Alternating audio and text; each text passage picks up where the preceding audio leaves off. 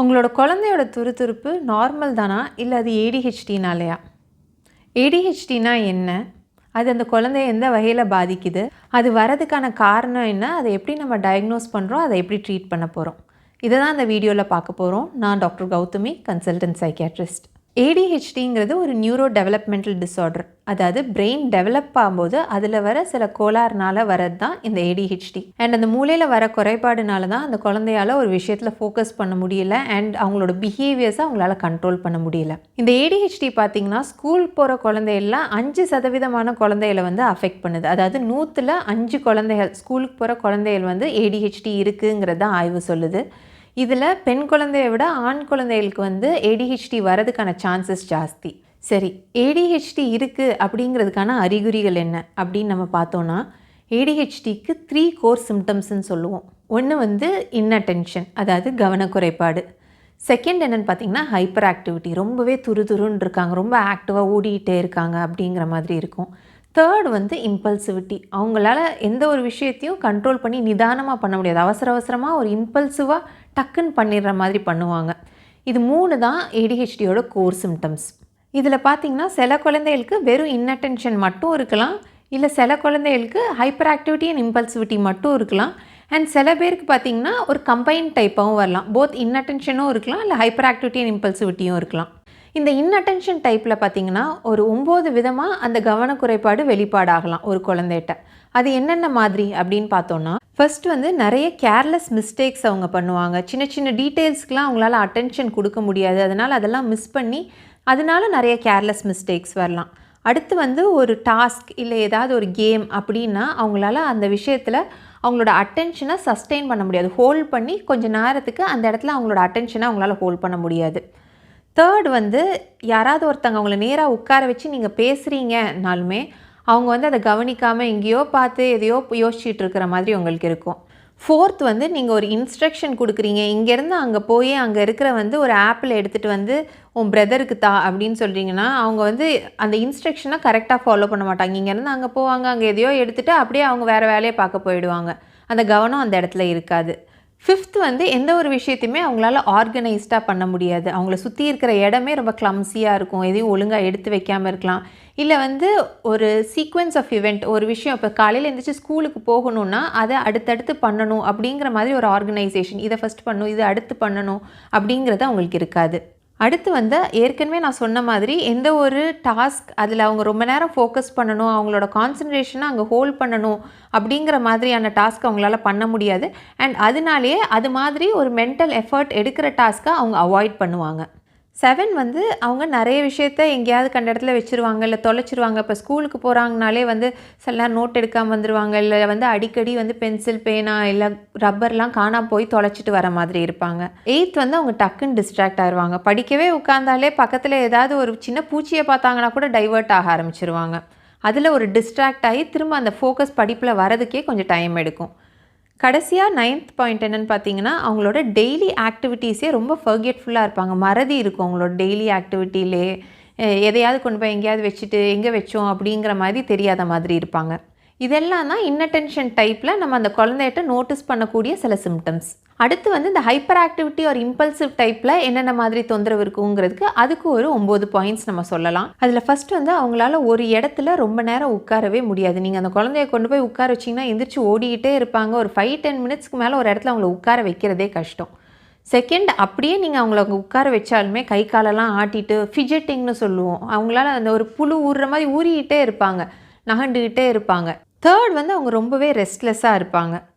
Fourth வந்து ஏதாவது ஒரு ரிலாக்ஸ்டாக லெஷராக பண்ண வேண்டிய ஆக்டிவிட்டி, ஒரு கேம் கூட மெதுவாக உட்காந்து விளையாடணும்னா அது அவங்களுக்கு பண்ணுறதுல ரொம்பவே டிஃபிகல்ட்டி இருக்கும். 5th பாயிண்ட் என்னென்னு பார்த்தீங்கன்னா அந்த குழந்தைக்கு ஏதோ மோட்டார் ஃபிட் பண்ணி விட்ட மாதிரி ஓடிக்கிட்டே இருக்கும், நான் ஸ்டாப்பாக ஒரு மாதிரி துருன்னு அங்கிட்டு இங்கிட்டு நம்ம ஸ்டாப்பே பண்ண முடியாத ரேஞ்சுக்கு அப்படி இருக்க மாதிரி இருக்கும். அடுத்த பாயிண்ட், அந்த குழந்தை எக்ஸசிவாக தொணன்னு பேசிக்கிட்டே இருக்கும், நிறுத்தவே முடியாது. ஸ்கூல்லேருந்து கம்ப்ளைண்ட் வரும், உங்கள் குழந்தை வந்து மிச்ச குழந்தைகள்லாம் டிஸ்டர்ப் பண்ணுது அப்படின்னு. 7th என்னென்னு பார்த்தீங்கன்னா ஸ்கூலில் ஏதாவது ஒரு டீச்சர் ஏதாவது கேள்வி கேட்குறாங்கன்னா அந்த கேள்வி அவங்க முடிக்கிறதுக்குள்ளே அது என்னன்னே புரியாமலே டக்குன்னு எந்திரிச்சு பதில் சொல்லும் அந்த குழந்தை. எய்த் பாயிண்ட் வந்து அவங்களோட டேர்னுக்கு அவங்களால வெயிட் பண்ணவே முடியாது. ஒரு யூஷுவலாக கேமு ஃபஸ்ட்டு இவங்க விளையாடணும், அடுத்து இவங்க விளையாடணும் அப்படின்னு வந்து ஒரு டேர்ன் எடுத்து விளையாடுற கேம்லாம் அவங்களால விளையாட முடியாது. ஒரு லைனில் நில்லுங்க, க்யூ படி தான் போகணும் அப்படின்னா அதுவும் அவங்களுக்கு பண்ணுறதுக்கு டிஃபிகல்ட்டாக இருக்கும். அண்ட் கடைசி பாயிண்ட், அடுத்தவங்கள பேச விடாமல் நடுவில் பேசி அவங்களுக்கு இன்டரப்ட் பண்ணி டிஸ்டர்ப் பண்ணிகிட்டே இருக்கிற மாதிரி இருக்கும். இதெல்லாம் தான் ஹைப்பர் ஆக்டிவிட்டி ஒரு இம்பல்சிவ் டைப் ADHD இருக்க குழந்தைகிட்ட நம்ம நோட்டீஸ் பண்ணுவோம். இப்போ நான் வந்து அந்த இன்னட்டென்ஷன் டைப்புக்கு ஒரு 9 points and hyperactivity and impulsive டைப்புக்கு ஒரு 9 பாயிண்ட்ஸ் சொன்னேன்ல. இந்த இதில் ஒவ்வொன்றிலையும் அட்லீஸ்ட் 6 இருந்தால் தான் அந்த குழந்தை வந்து ADHDங்கிற க்ரைட்டீரியாவுக்கு ஃபிட்டின் ஆகும். இந்த சிம்டம்ஸ்லாம் பார்த்தீங்கன்னா ஒரு செட்டிங் மட்டும், அதாவது வீட்டில் மட்டும் இல்லாமல் அட்லீஸ்ட் 2 சிட்டிங்ஸில் இருக்கணும். வீட்லேயும் இருக்கணும், வெளியே நீங்கள் எங்கேயாவது போகிறீங்க, ரெஸ்டாரண்ட் போட்டிங்கன்னா அங்கே இருக்கலாம், இல்லை ஸ்கூலில் இருந்தும் அது மாதிரி கம்ப்ளைண்ட்ஸ் வரணும். அண்ட் இந்த சிம்டம்ஸ்லாம் அட்லீஸ்ட் 6 மந்த்ஸாவது இருக்கணும். அப்படி இருந்தால் தான் அதை நம்ம ADHDன்னு சொல்லுவோம். அண்ட் இன்னொரு இம்பார்ட்டன்ட் பாயிண்ட் என்னென்னு பார்த்தீங்கன்னா, இந்த சிம்டம்ஸ்லாம் 12 வயசுக்கு முன்னாடி அந்த குழந்தைகிட்ட நீங்கள் நோட்டீஸ் பண்ண ஆரம்பிச்சிருந்துருக்கணும். அப்போனா தான் இது வந்து ADHDயோட ஃபுல் க்ரைட்டீரியாவும் மீட் பண்ணும். சரி, பட் நார்மலாகவே சில குழந்தைகள் ரொம்ப துருதுருன்னு தானே இருப்பாங்க, க்யூரியஸாக இருப்பாங்க, அவங்க சுற்றி இருக்கிற என்வரான்மெண்ட்டை எக்ஸ்ப்ளோர் பண்ணுவாங்க, அது என்ன இது என்னன்னு நோண்டிகிட்டே தானே இருப்பாங்க, ஓடிக்கிட்டே தானே இருப்பாங்க. அது நார்மல் தானே. அந்த நார்மல் துருதுருப்புக்கும் ADHDக்கும் எந்த வகையில் டிஃப்ரென்ஸ்? ஏன் இந்த ADHDயை நம்ம இவ்வளோ சீரியஸாக எடுத்து ட்ரீட் பண்ணணும் அப்படின்னு பார்த்தோன்னா, இந்த ADHDங்கிறது வந்து இப்போ நான் சொன்ன சிம்டம்ஸ்லாம் ரொம்பவே சிவியராக இருக்கும். அண்ட் அப்படி ரொம்ப சிவியராக இருக்கிறதுனால அது அவங்களோட டெய்லி லைஃப்பை அஃபெக்ட் பண்ணுற அளவுக்கு போக ஆரம்பிச்சிடும். அவங்களால மிச்ச குழந்தைகளோட எல்லார் மாடியும் சகஜமாக பழக முடியாது. இவங்க இப்படியே துருன்னு எல்லாரையும் டிஸ்டர்ப் பண்ணிகிட்டே இருக்கிறதுனால அவங்க ஸ்கூலில் ஒதுக்கப்படலாம். அவங்களுக்கு வந்து மிச்ச இந்த குழந்தைய வந்து சேர்த்து வச்சு விளையாடாது, இல்லை டீச்சரே ரொம்ப திட்டுறது, அது மாதிரி வந்து அந்த குழந்தைய ஐசோலேட் பண்ண ஆரம்பிக்கலாம். அவங்களோட சோஷியல் லைஃப் வந்து குறைய ஆரம்பிக்கும். இல்லாட்டி இந்த இன்னட்டென்ஷன்னால் அவங்களால அந்த படிப்பில் கான்சென்ட்ரேட் பண்ணி படிக்க முடியாமல் அவங்களோட அகடமிக் பெர்ஃபார்மன்ஸ் ரொம்ப புவராக இருக்கலாம். அடுத்து ரொம்ப இம்பார்ட்டண்ட்டாக அஃபெக்ட் ஆகிற விஷயம் வந்து அவங்களோட சேஃப்டி. இந்த சேஃப்டி கன்சர்னை ஏன் இவ்வளோ இம்பார்ட்டண்ட்டாக சொல்கிறோன்னா, அவங்க ரொம்ப துருன்னு இம்பல்சிவாக இருக்கும்போது டக்குன்னு அங்கங்கே ஏறி குதிக்கிறது, அதில் வந்து அவங்களுக்கு அடிப்படலாம், இல்லை ரோட்டில் டக்குன்னு ஓடிட்டாங்கன்னா அதில் ஆக்சிடென்ட் எதுவும் ஆகிறதுக்கான பாசிபிலிட்டி இருக்குது. இப்போ நான் சொன்னது தான் ADHDயோட அறிகுறிகள். இதை வச்சு தான் நம்ம ஒரு குழந்தைக்கு ADHD இருக்கா இல்லையான்னு டயக்னோஸ் பண்ணுவோம். பட் சில குழந்தைய பார்த்திங்கன்னா வெறும் ADHD மட்டும் இருக்காது, அவங்களுக்கு வந்து வேறு ஏதாவது கோமார்பிட் டிஸார்டர் சேர்ந்து இருக்கலாம். அதாவது கூட வேறு ஏதாவது தொந்தரவுகள், மன ரீதியான தொந்தரவுகளும் அவங்களுக்கு சேர்ந்து வரலாம். அது என்னென்ன மாதிரி வரலான்னு பார்த்தீங்கன்னா, ADHD இருக்கிற குழந்தைக்கு அடிஷ்னலாக அவங்களுக்கு வந்து ஆட்டிசம் இருக்கலாம், இல்லை அவங்களுக்கு வேறு ஏதாவது பிஹேவியரல் ப்ராப்ளம்ஸ் இருக்கலாம், இல்லை அவங்களுக்கு வந்து IQ கம்மியாக இருக்கலாம், இல்லை கற்றல் குறைபாடு இருக்கலாம். அது மாதிரி சில விஷயங்களும் ADHDயோடு சேர்ந்து வரலாம். ஸோ ஒரு குழந்தைக்கு ADHD வரதுக்கான காரணம் என்ன அப்படின்னு பார்த்தோன்னா, நான் ஏற்கனவே சொன்ன மாதிரி மூளையோட டெவலப்மெண்ட் ஃபேஸ்லேயே மூளையில் சில மாற்றங்கள் வந்திருக்கு, ஒரு சில கோளாறுகள் ஆயிருக்குங்கிறதுனால தான் அந்த குழந்தைக்கு ADHD வருது. என்ன மாதிரி மாற்றங்கள் ஆயிருக்குன்னு பார்த்தீங்கன்னா, மூளையில் நிறைய பார்ட்ஸ் சொல்லுவோம், நிறைய லோப் சொல்லுவோம், அந்த ஃப்ரான்டல் லோப், டெம்பரல் லோப் அப்படின்லாம். அப்படி இந்த மூளையில் முன்பகுதியில் இருக்கிற அந்த frontal lobe, prefrontal lobe வந்து அஃபெக்ட் ஆகிருக்கும் இந்த ADHD குழந்தைகளுக்கு. அந்த ஏரியா அஃபெக்ட் ஆகி அங்கே இருக்கிற சில நியூரோ டிரான்ஸ்மிட்டர்ஸ், மூளையில் இருக்கிற சில கெமிக்கல்ஸ்ன்னு சொல்லுவோம்ல, அந்த நியூரோ டிரான்ஸ்மிட்டர்ஸ் அதோட சில குறைபாடு இல்லை ஒரு இம்பேலன்ஸ், அதனால தான் இந்த ADHD மெயினாக வருது. என்ன நியூரோ டிரான்ஸ்மிட்டர் இந்த ADHDயில் வந்து மெயினாக அஃபெக்ட் ஆகுதுன்னு பார்த்தீங்கன்னா, டோப்பமின் அண்ட் நாரெபினெஃப்ரின். இதெல்லாம் சரி, பட் இந்த மூளையில் வர கோளாறு, இந்த கெமிக்கல் இம்பேலன்ஸ்லாம் ஏன் அந்த குழந்தைக்கு வருது அப்படின்னு பார்த்தோன்னா, ஃபர்ஸ்ட் வந்து ஜெனட்டிக் ரீசன் தான். 80% ஒருத்தங்களுக்கு இந்த ADHD வருதுன்னா அதுக்கான காரணம் வந்து ஜெனட்டிக்காக தான் இருக்குது. குடும்ப வகைரால் அந்த குழந்தைக்கு அது வந்திருக்கு. அதுவும் பார்த்தீங்கன்னா, ஏற்கனவே உங்களுக்கு ஒரு குழந்தை ADHDயோடு இருக்குன்னா அடுத்த குழந்தைக்கு வரதுக்கான ரிஸ்க் வந்து டபுள் ஆகுது. ஸோ ஜெனட்டிக்ஸ் தான் மெயின் ரீசன். செகண்ட் ரீசன் என்னென்னு பார்த்தீங்கன்னா, ப்ரெக்னன்சி அண்ட் டெலிவரி காம்ப்ளிகேஷன். அம்மாவுக்கு வந்து வேறு ஏதாவது ஹெல்த் இஷ்யூஸ் இருந்திருக்கலாம், இல்லை ப்ரெக்னெண்ட்டாக இருந்தப்போ வந்து ஸ்மோக்கிங், ட்ரிங்கிங் அம்மாவுக்கு இருந்தால் அது குழந்தைய பாதிக்கலாம், இல்லை டெலிவரி டைமில் ஏதாவது காம்ப்ளிகேஷன் நடக்குது, ப்ரொலாங் லேபராக இருக்குது, ரொம்ப நேரம் எடுத்து வந்து அந்த குழந்தைய டெலிவர் பண்ணியிருக்காங்க, இல்லை பிறக்கும் போதே ப்ரீமெச்சூர் பேபியாக பிறந்திருக்கு, இந்த குறித்து கொடுத்துருக்க டைமுக்கு முன்னாடி அந்த குழந்தை பிறந்திருக்கு, இல்லை பிறக்கும்போது ரொம்ப வெயிட் ரொம்ப கம்மியாக இருந்தது, இல்லை பிறந்தோன்னா அழுகவே இல்லை, அதனால் அந்த குழந்தைக்கு ஆக்சிஜன் பிரெயினுக்கு போகிறதுக்கு டிலே ஆகிருக்கு, அப்படிங்கிற மாதிரி காரணத்தினால கூட இது மூளையை பாதித்து ADHD வரலாம். ஓகே, அடுத்து வந்து இந்த ADHD ஒரு குழந்தைக்கு இருக்குதுன்னு நம்ம எப்படி டயக்னோஸ் பண்ணுறோம் அப்படின்னு பார்த்தீங்கன்னா, இந்த ADHD டயக்னோசிஸ்க்கு எந்த விதமான ஸ்கேன்ஸோ பிளட் டெஸ்ட்டோ தேவைப்படாது. அந்த குழந்தைக்கு ADHD இருக்குதுன்னு சொல்லி கன்ஃபார்ம் பண்ணேன். ஸோ மெயினாக டயக்னோசிஸ் வந்து கிளினிக்கல் அசஸ்மெண்ட் பேஸ் பண்ணி தான் இருக்கும். இந்த கிளினிக்கல் அசஸ்மெண்ட் ரொம்பவே இம்பார்ட்டண்ட். ஏன்னு பார்த்தீங்கன்னா, நிறைய நேரம் வேறு ஏதாவது தொந்தரவு கூட இந்த ஏடிஹெச்டி மாதிரி ப்ரெசென்ட் ஆகலாம். உதாரணத்துக்கு பார்த்தீங்கன்னா, அந்த குழந்தைக்கு வந்து ஒரு ஐக்யூ கம்மியாக இருக்கலாம். அதனால அந்த குழந்தையால் ஒரு விஷயத்தில் கவனம் செலுத்தி படிக்க முடியாமல் இருக்கலாம். ஸோ ஃபஸ்ட்டு நம்ம அதெல்லாம் ரூல் அவுட் பண்ண ஆரம்பிக்கணும். சில நேரம் அந்த குழந்தைக்கு வந்து ஒரு ஆங்ஸைட்டி இருக்கும், ஒரு பயம் பதட்டம் இருக்கும். அந்த பயம் பதட்டத்தினால ஒரு விஷயத்தில் கான்சென்ட்ரேட் பண்ண முடியாமல் இருக்கலாம். இது மாதிரி விஷயங்கள்லாம் ரூல் அவுட் பண்ணி அதெல்லாம் இல்லைங்கிறத நம்ம கன்ஃபார்ம் பண்ண பிறகு தான் ஏடிஹெச்டியை நம்ம டயக்னோஸ் பண்ண முடியும். அதனால தான் கிளினிக்கல் அசஸ்மெண்ட் ரொம்பவே முக்கியம். ஸோ இதெல்லாம் ரூல் அவுட் பண்ணுறதுக்கு சில டெஸ்டிங்ஸ் பண்ண வேண்டி இருக்கலாம். ஐக்யூ அசஸ்மெண்ட்டு, லேர்னிங் டிசபிலிட்டி, இதுக்கெல்லாம் வந்து சில சைக்காலஜிக்கல் அசஸ்மெண்ட் தேவைப்படலாம். ஸோ ஃபைனலாக ஏடிஹெச்டியோட ட்ரீட்மெண்ட் என்ன அப்படின்னு பார்க்குறதுக்கு முன்னாடி இதோட ட்ரீட்மெண்ட் ஏன் இவ்வளோ இம்பார்ட்டண்ட் அப்படிங்கிறத நம்ம பார்ப்போம்.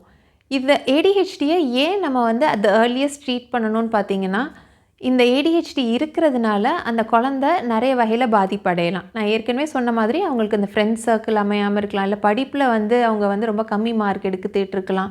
அண்ட் அதனால அவங்களுக்கு ஒரு லோ செல்ஃப் எஸ்டீம் டெவலப் ஆக ஆரம்பிக்கலாம். அவங்க மேலே இருக்கிற தன்னம்பிக்கை அது எல்லாமே குறைய ஆரம்பிக்கலாம். அண்ட் அதனால லேட்டர் லைஃப்பில் வந்து ஒரு டிப்ரெஷன், ஆங்ஸைட்டி அவங்க டெவலப் பண்ண ஆரம்பிக்கலாம். இதை தவிர சில குழந்தைகள் இந்த இம்பல்சிவிட்டினால் வந்து கொஞ்சம் வளர்ந்ததுக்கப்புறம் டீனேஜ் டைமில் வந்து டக்குன்னு வந்து இந்த சப்ஸ்டன்ஸ் அப்யூஸ், குடிப்பழக்கம், இல்லை வந்து வேறு ஏதாவது போதை பழக்கங்களுக்கு அடிமையாகிறதுக்கான சான்சஸுமே ரொம்ப ஜாஸ்தி. ஸோ அதனால தான் இதை நம்ம வந்து இனிஷியலாகவே ஐடென்டிஃபை பண்ணி அட்ரஸ் பண்ணணும். ஸோ இதோட ட்ரீட்மெண்ட் என்ன அப்படின்னு பார்த்தோன்னா, ஃபர்ஸ்ட் லைன் ஆஃப் ட்ரீட்மெண்ட் வந்து எப்பயும் போல் மெடிகேஷன்ஸ் தான். இதுக்கு கொடுக்கப்படுற மெடிசின்ஸ் வந்து ஏற்கனவே நான் சொல்லியிருந்தேன்ல, அந்த நியூரோ டிரான்ஸ்மிட்டர் டோபமின் அண்ட் நாரெப்பினெஃப்ரினோட இம்பேலன்ஸை சரி பண்ணுற மாதிரியான டேப்லெட்ஸ் தான் இப்போ நம்ம அந்த குழந்தைக்கு கொடுக்க போகிற மாதிரி இருக்கும். இதில் நிறைய டைப்ஸ் இருக்குது. ஸ்டிமுலன்ஸ், நான் ஸ்டிமுலன்ஸ் அப்படிங்கிறதெல்லாம் நிறைய இருக்குது. அதை டீட்டெயில்டாக இன்னொரு வீடியோவில் நம்ம என்னென்னு பார்க்கலாம். ஸோ வெறும் இந்த மாத்திரை மருந்து மட்டும் இல்லாமல் சில குழந்தைகளுக்கு ஒரு சைக்கோ சோஷியல் மேனேஜ்மெண்ட் தேவைப்படும். அதில் வந்து அந்த கவுன்சிலிங், தெரப்பி மாதிரி விஷயங்கள் இன்வால்வ் ஆக ஆரம்பிக்கும். அதில் என்னென்ன மாதிரி நம்ம பண்ணுவோங்கிறத ப்ரீஃபாக நம்ம இந்த வீடியோவில் பார்ப்போம். ஃபஸ்ட் வந்து பேரண்டல் ட்ரைனிங். யூஸ்வலாக அந்த குழந்தைய 80% ஆஃப் த டைம் வந்து அவங்க மேனேஜ் பண்ணுறது அந்த பேரண்ட்ஸ் மூலியமாக தான். ஸோ அந்த பேரண்ட்ஸ் வந்து என்ன மாதிரி அந்த கிட்ஸை ஹேண்டில் பண்ணணும் அப்படின்னு சொல்லி அந்த பேரண்ட்ஸை வந்து நம்ம ட்ரெயின் பண்ணுவோம். எந்தெந்த வகையில் அந்த குழந்தைய நம்ம மேனேஜ் பண்ணலாம், எப்படி வந்து அவங்கள வந்து ஒரு பாசிட்டிவ் பிஹேவியரை வந்து இன்க்ரீஸ் பண்ணுறது, அவங்களோட நெகட்டிவ் பிஹேவியரை வந்து குறைக்கிறது, அதுக்கு என்ன மாதிரி பிஹேவியரல் மாடிஃபிகேஷன் டெக்னிக்ஸ் வந்து பேரண்ட்ஸுக்கு டீச் பண்ணுவோம். அதை தாண்டி வர ப்ராப்ளம் ஏரியாஸ் என்னென்னமோ அதை ஒவ்வொன்றையாக டார்கெட் பண்ணி அந்த ஒரு பிஹேவியரை மாற்றுறது எப்படி அப்படிங்கிறதையும் வந்து அந்த பேரண்ட்ஸ்க்கு எஜுகேட் பண்ண ஆரம்பிப்போம். அடுத்து வந்து அந்த குழந்தைகளோட படிப்பை எப்படி இம்ப்ரூவ் பண்ணுறது, அதுக்கு என்னென்ன மாதிரி டெக்னிக்ஸ் யூஸ் பண்ணி அதை இம்ப்ரூவ் பண்ணலாம், அது மாதிரி விஷயங்கள் பார்ப்போம். அண்ட் ஃபைனலாக ரொம்பவே ஒரு இம்பார்ட்டண்ட்டான தெரப்பி வந்து ஆக்குபேஷனல் தெரப்பி. அதில் வந்து டார்கெட்டட் ஸ்கில்ஸை வந்து அந்த குழந்தைகளுக்கு டெவலப் பண்ண அவங்க சொல்லித்தர ஆரம்பிப்பாங்க. அடுத்த குழந்தைகளோட எப்படி இன்ட்ராக்ட் பண்ணுறது, எப்படி சோஷியலைஸ் பண்ண ஆரம்பிக்கிறது, அது மாதிரி விஷயங்கள்லாம் அதில் டார்கெட் பண்ண ஆரம்பிப்பாங்க. இந்த ஏடிஹெச்டி ட்ரீட்மெண்ட்டை பற்றி இன்னுமே டீட்டெயிலாக அடுத்த ஒரு வீடியோவில் பார்க்கலாம். அதில் மெடிகேஷன்ஸு எந்த வயசில் ஸ்டார்ட் பண்ணணும், அண்ட் இந்த தெரப்பிங்கிறதெல்லாம் வந்து எப்போ ஸ்டார்ட் பண்ணணும், எப்படி அந்த ஃபேமிலி அதுக்கு கோஆப்ரேட் பண்ணணும், குழந்தைய வந்து என்னென்ன மாதிரி விஷயங்களை வந்து பண்ண வைக்கணுங்கிறதெல்லாம் அந்த வீடியோவில் நம்ம பார்க்கலாம்.